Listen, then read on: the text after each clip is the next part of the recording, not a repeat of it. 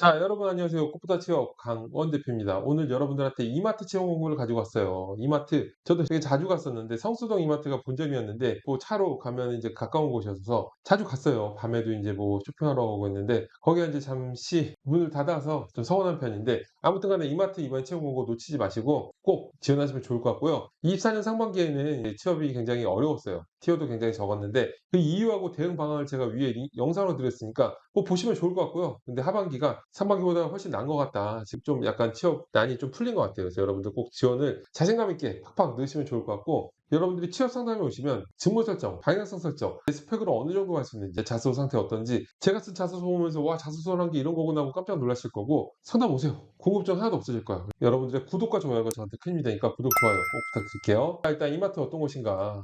좋은 곳이죠. 구체적으로 말씀드리면 신세계 그룹 계열 할인점 체인 업체죠. 아시아 최초래요. 순수 자본 할인점입니다. 매장은 전국적으로 있고 대도시 시장이 포화된 후에는 인구가 적은 도시를 이제 노리고 있어요. 1호점이 창동점이야. 그리고 2023년까지 본사는 성수점에 위치해 있었으나 여기 그 오뎅 파는 거 되게 맛있었는데 성수점 재개발에 따라서 2023년 5월에 본사를 세종대로 오렌지센터로 옮겼습니다. 인터넷몰로는 이마트몰과 트레이더스몰, 신세계 TV쇼, 하우디 등을 운영하다가 SSG닷컴으로 통합되었습니다. SSG닷컴 제가 알기로는 저희 사무실 옆에 뭐 센트럴필드 여기에 있는 것 같아요. 여기 조선 팰리스인데 있는 것 같은데 이제 쓱데이라는 행사가 존재하죠. 자, 이번에 어떤 직무가 채용이 되는지 한번 보도록 할게요. 이번에 채용되는 직무는 매입, 머천다이징이라는 분야 안에서 채용이 진행되고요. 그리고 매장 관리, 매장 관리가 아무래도 제일 티어가 많죠. 그 다음에 경영 지원은 재무, 개발, 마케팅, 인사총무 이게 물류로 진행되는데, 일단 여러분들이 진짜 신세계 그룹이 아쉽게도 하나만 넣는 게 굉장히 아쉽지만 문과 직무도 굉장히 많은 곳인데 아무래도 신세계 백화점보다는 조금 더 스펙적으로 좀 유연하겠죠. 10월 4일 18시까지니까 잊지 말고 넣으세요. 자, 일단 자소 항목이 세 가지 항목이 있어요. 첫 번째는 당사에 지원한 이와 입사를 위해 어떤 노력을 하였는지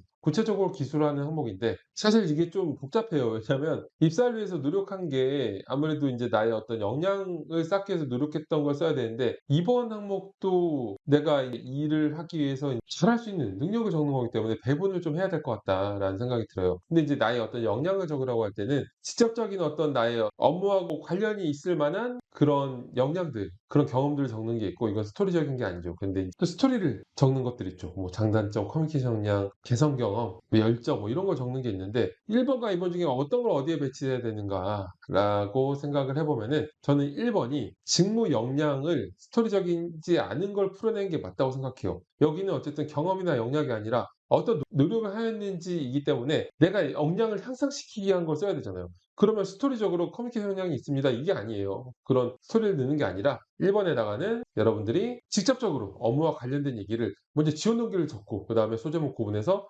업무와 관련된 전문성을 쌓기 노력했던 걸 적고, 그리고 2번하고 3번에는 스토리적인 걸 적어도 괜찮을 것 같아요. 이런 구조가 제일 좋을 것 같고, 미묘한 차이가 있지만 저는 이게 국어적으로 논리적으로 맞습니다. 제가 굉장히 보기엔 논리 없게 생겼지만 논리적인 사람인데, 자, 첫 번째 지원 동기하고 직접적인 전문성을 쌓기 위한 경험을 적는 건데, 각각 소제목 구분해서 지원 동기는 제가 위에 영상 드리는데 이거 보시면 지원 동기에 대해 모르는 거 하나도 없어요. 일단 지원 동기는 기업 지원 동기하고 직무 지원 동기로 나뉘는데, 기업 지원 동기는 여러분들이 지원자로서 프라이드를 가질 만한 내용을 풀어내면 되는 거고, 직무 지원 동기는 나의 어떤 직무 관련된 관심 도를 경험에 기반해서 작성하면 돼요. 근데 입사를 위한 노력이 들어가니까 직무 지원 동기는 날려버려도 된다. 기업 지원 동기만 적고 직무 관련된 전문적인 경험들을 풀어내면 된다라고 생각하시면 되고요. 그러면 전문성을 쌓기 위한 어떤 경험이 뭐가 있을까요? 당연히 인턴이나 중고신입 같은 업무 경험이 있으면 그런 걸 컴팩트하게 풀어내는 게 제일 좋겠죠. 그리고 업무마다 다르겠지만 뭐 협상력, 데이터 역량, 또 관련 프로젝트 경험, 뭐 관련된 교육 수료 이런 거를 각각 소제목으로 구분해서 컴팩트하게 풀어내면 됩니다. 이제 2번과 3번에는 저는 스토리적인 부분을 풀어내는 게 좋다고 생각하는데요. 2번은 지원한 직군에서 구체적으로 하고 싶은 일, 이게 중요한 게 아니에요. 이거는 두세 문장만 짧게 적으면 되는 거고, 하고 싶은 일이 뭔지가 뭐가 얼마나 중요하겠어요. 어차피 다 정해져 있는 업무들인데 이거를 잘할 수 있는 차별화된 능력과 경험을 적는 거니까, 여기다가 이제 혹시 1번에 차마다 넣지 못한 나의 어떤 전문성 있는 역량을 풀어내도 괜찮고, 그렇지 않다면 캐릭터적인 역량을 풀어내도 괜찮죠. 자, 일단 캐릭터적인 역량은 3번도 마찬가지니까 묶어서 설명드리면 스토리적인 항목을 적는 건데, 일단 이 부분은 경험을 나열하는 게 아니에요. 스토리를 쓰는 게 굉장히 중요해요. 이런 스토리적인 항목을 내 캐릭터적인 매력을 보여줘야 되는데, 뭐 마케팅,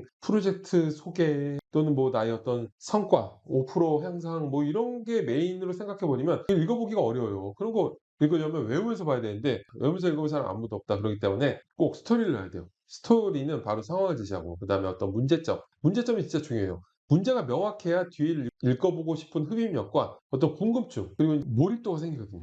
그래서 문제점을 공감되게끔 임팩트 있게 흡입력 있게 작성하는 게 중요하고 그리고 한 절반 이상을 그 문제를 해결하기 위해 했던 경험들을 치열하고 타이트하게 풀어내야 돼요. 이게 스토리텔링의 명확한 구조입니다. 2 번도 그렇게 풀어내고 3 번도 스토리텔링으로 풀어내면 돼요. 3번 같은 경우엔 아무래도 발로 뛰는 열정 같은 걸 작성하는 게 좋겠죠. 열정이니까 그게 맞죠. 2 번은 제 생각에는 뭐 커뮤니케이션 역량 그리고 협업했던 경험 이런 거 드는 것도 괜찮을 것 같다라는 생각이 듭니다. 자 여러분 오늘 신세계 백화점 채용 공고를 봤는데 여러분들이 취업 상담에 오시면 제가 쓴 자소서 보면서 이제 깜짝 놀랄 거예요. '와 이렇게 쓴 자소서도 있구나.'라고 놀라실 거고 여러분들의 직무 설정, 방향성 설정, 대체 내 스펙으로 어느 정도 취업할 수 있는지 자소서 상태 평가 이런 거 다 해 드리니까 꼭 찾아오세요. 저도 여러분들하고 얼굴 맞대고 상담할 수 있는 시간이었으면 좋겠습니다. 그럼 오늘 이걸로 마치겠습니다.